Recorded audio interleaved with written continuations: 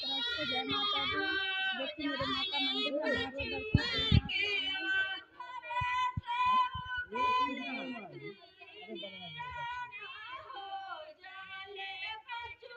सब माँ के भक्त हैं। देखिए कितनी भीड़ है यहाँ पर।